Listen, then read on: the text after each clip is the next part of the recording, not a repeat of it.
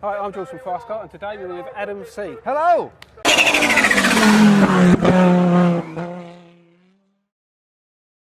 So Adam, if I'm just going to ask you a few questions today about your interest in cars, how your YouTube exploded. Yeah, it was a slow explosion. It was just, and now it's we can go into further details. Yeah. So when did you upload your first video? Ooh, now I can never remember if it was 2007 or 2008. It was like January of one of those two.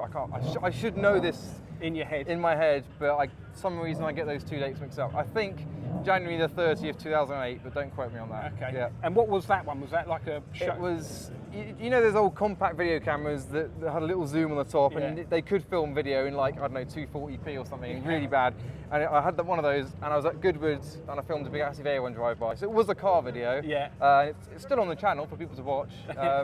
It wasn't, YouTube was never meant to be what it became. It was just a place for me to dump videos. And it wasn't just car videos, it just so happened to start with one, and then animal videos and random stuff that I filmed. And then it just eventually kept going. And before 2000, do you say 2007? I'd say 2008. Yeah, I'm pretty sure, yeah. What was you were already banging to your cars, and that's what you sort of... I've always been obsessed with cars. I'd go to car shows with my dad as a kid, and cars have just been my everything for my entire life. Like ever since I was a kid, and like I'd have every Jeremy Clarkson VHS and every book, and I'd be like, oh, I'll tell you this I like. I'll tell all of you this. So I've basically, it's like it's meant to be. When I was a kid, I would run around car parks as a little toddler, naming every single car, and now that's what I do for a living. It's amazing how this like full circle it comes around. Yeah, no, so definitely, yeah. And you've got quite a big car collection, a lot bigger than mine anyway. Okay. And it's quite diverse, isn't it? So you've got a Toyota Chaser, which everyone knows you for. Yep. AC Cobra. Yes, that was always the dream. I think because again, when I was a kid, I'd have all these car books. The AC Cobra was at the front of the book, and I'd be like, and my initials are AC. So I think that whole childish energy and thought mindset is like, that's my car. I think that's where it stemmed from. But I've always loved classics, front engine, V8s, rear wheel drive. So, and when I was a kid, I thought the Cobra was a kit car. So I always dreamed of getting a Cobra kit, and that's what I got. Then I got the MGB, that was my first car. It's a bit broken at the moment, but it's fine. And then the 350Z, which is just a daily. It fits in at some events, but without going into too much detail, the 350Z is it's the least Japanese style of Japanese car, because rather than like a big straight six turbo barge, it's a V6 two-seater convertible. So it's more like a Jaguar F type, which is more I prefer, but it's Japanese, so it fits some of the events that I go to. It's a bit of a weird one, but yeah, I try and keep a bit of a mixture of colours as well. Yep. Yes. Yep. And you go to a lot of events, pretty do. much every weekend, obviously, and that's what you do, is it? You know, well, your main thing is filming cars leaving events. Yeah, I do a mixture. I mean, I love filming cars arriving, so I filmed cars pulling in here this morning, because it's a bit more sensible. Like if you're filming cars leaving, sometimes people are more behaved these days, but sometimes you can annoy locals a bit more. But people want to see cars not just parked, but also driving, so it's good to hear them and see them in their natural environment on the roads, etc. But I just try and do a bit of a mixture as well. And do you know when you see a car go out and you think that one's going to do well, or is it just a bit of a... Yeah, I mean, I think I've been doing it enough to kind of tell. Sometimes I get it wrong, for better or for worse, but no, it's a little game I play with myself. And I feel quite rude sometimes, because people going by in their pride and joys, and I'm just sat there like not filming, because I'm like, I know it's not... No one's interested in that. Or like there's not going to be much of a noise coming from it or something. So it's a shame I can't film every single car. In most videos people say, oh, you missed this, you missed that. It's like, yeah, unfortunately, if it was every car, the videos would be an hour long and people would drop off after about 5 minutes. And do you sort of hope something goes wrong or not really? No, honestly, like realistically, everyone likes and wants to see things go wrong. So I got pulled over recently and I wasn't going to upload that, then I thought, no, I would upload someone else getting pulled over because people want to see that. So I uploaded myself getting pulled over, and that was the talk of the town for like weeks. But no, I don't want to see accidents and stuff, but if I do film it, there's a lot of thought that goes into it. There's some stuff I have filmed that I haven't uploaded it.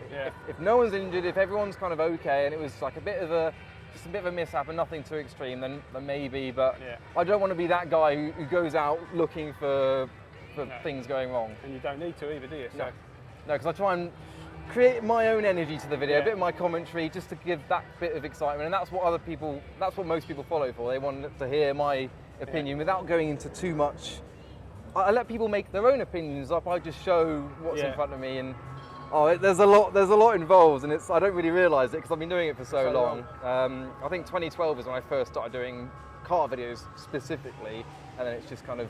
And is that when it started growing to the point? Because now obviously this must be your full time. Yeah. So 2012, summer of 2012, I started earning from YouTube, and I decided I'm going to just do car videos. I had a viral video, dog saves cat from fox, and that's on like 26 million views. I think I've watched it. Yeah. So that took off, that started it going, that funded my way through university. Then I started going to London, car shows, doing what I love. Came out of uni, got a job through a connection that I'd built in the car industry. Then lockdown happened, lost the job, and was kind of forced into doing YouTube full time. And so it was only then, really? It was only really then, yeah. I thought I could do it, but I didn't have the balls to do it, to drop a relatively stable job and do YouTubing. But now it was a blessing in disguise. But now you are a YouTuber. Yes, it was never planned, and I don't like the whole social influencer the tag. No, I don't. It's like, and running around with the camera and the weird looks. These types of events, people are used to it. They know. I'm not going to say they know me, but they know what a social influencer is. The classic shows, it's the older generation. I still got the funny looks, and it is a bit awkward when I'm full of energy, and then there's someone looking at me like, "What's he doing?" Yeah, because Fast Car started in 1987. Magazine. It shut down a few years ago. And we used to be big, and we're now starting really our journey on YouTube again. So have you got any sort of advice for us? Well, I'm often asked for advice, but a lot of my, I don't want to say success, but a lot of the development of my channel has been down to luck. There's a lot of luck involved, but the two key words that I tell normally individuals that ask me are passion and consistency.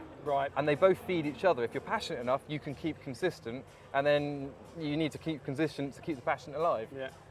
There's no real recipe. That's the difficulty. I'd love to give so much advice for everyone, but a lot of the time, I don't even know. I'm just experimenting a lot of the time. I've had to change up a lot of the things that I do. Things happen like the YouTube algorithm changes, trends change, people's watch time change, and what people are interested in change. And I hate change, and I have to change with that. And this year especially has been a huge change in viewer habits and what they want to watch. If they don't want to watch the video, they're not going to click on it anymore. People ain't loyal anymore, it seems. And then, if all else fails, just make a video of a cat saving a fox or something. Or a car crash compilation. But YouTube doesn't really like the whole dangerous driving side of things, so I'm being sensible there. And also, car event organisers won't want that enlightened, so I'm being careful there as well. I'm not out to make enemies. Obviously, you can't please everyone, so enemies, negativity has been created in my time, and I get that, and I'm sorry for everyone that gets upset. And also, your favourite kind of cars, have you got are you into your JDM, or is it more German, or old classics? Or? This might upset a few people.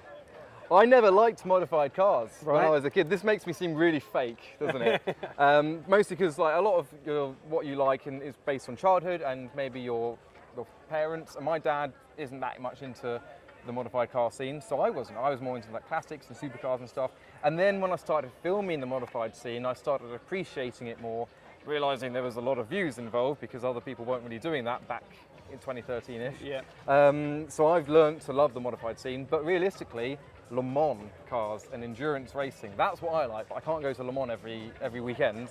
So from Bentley blowers of really early Le Mans through to the 60s Cobras, and then up to the 90s McLaren F1s, everything of that endurance series, that's what I love the most. So classic cars, endurance races, that kind of elk. But as I said, I can't just go, modified car shows, there's one every weekend in this country, so I can go there easily.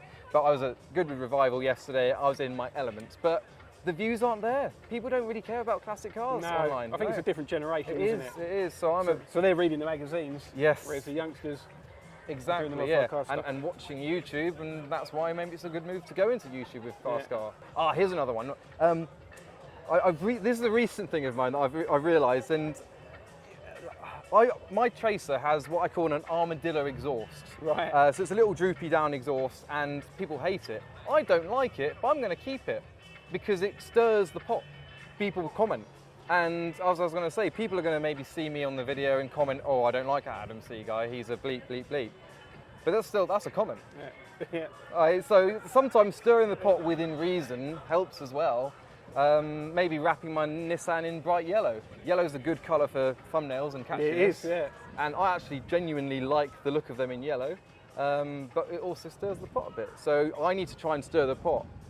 I've read every single comment on my YouTube channel since its infancy. Really? There's probably millions upon millions of them, because every few days I just go down, I can't reply to everyone, but I have read everyone. So I do read the comments and get a feel for what people want to say and what they like and what they don't. So that helps as well. Well, thanks for your time You're welcome. Sorry I spoke for, I like talking. No, I that's spoke right. for days. I could have done this in a minute, but no. Oh, we've got some little exclusives in there. AdamC doesn't like cars, modified cars. AdamC doesn't like cars. You can use that as the tagline. Yeah, that was it. That's the fun now. Yeah, no. Sorted. AdamC definitely loves cars. I've had a few people say, oh, you're not really a car fan. I'm like, I am, as far as I know, the biggest car nerd, and throughout school I was always the car nerd. It's ridiculous to even suggest that I'm not actually into cars and I'm faking it. And I'm not big into the engineering side and mechanical side and working on cars. I always end up breaking myself or the car or both. So I'm not really into that, and people expect that of you. They want you to work on your car and change the transmission yourself in an hour. I can't do that. I see them as a piece of art. I like looking at them, driving them, listening to them, sometimes even tasting them. It's all the five senses, and it's just, I love them. I love cars. Yeah. Cool, so what are you going to do for the rest of the day? Go and have a look at some cars? Today I've been looking at number plates, because Right. there's a good amount of personalised number plates here. Right. Often with the letters F and K and maybe U in some kind of order to suggest a word is spelt. Yeah. So I'm just kind of highlighting people's number plates and trying to read them, because a video needs a theme, and I thought that would be where I'll go into this today. Okay, well, 4D plates, yes or no? Well, first of all, they're not the fourth dimension, they're still 3D. Yeah. I hate the word 4D plate, but I know what they say, the difference between 3D and 4D plate, but they're 3D, and I don't mind them. I hate them. You can't really give too much of an opinion on Oh, really? YouTube. Okay, No. let's rewind that. Yeah. I dislike them. I have. There must be a way around this. It's being clever with indirectly saying that they're interesting. Oh, also, yeah, I know what C stands for. That's another comment I get a lot, but. Oh, yeah. what's your surname? So it's my surname. It's an initial. Yeah, it's clear Or it that can one up. stand for cars. Yeah. Brilliant. Well, thanks again for your You're time welcome. today, Yeah. and hopefully see you at the next show. Absolutely. Thank you very much.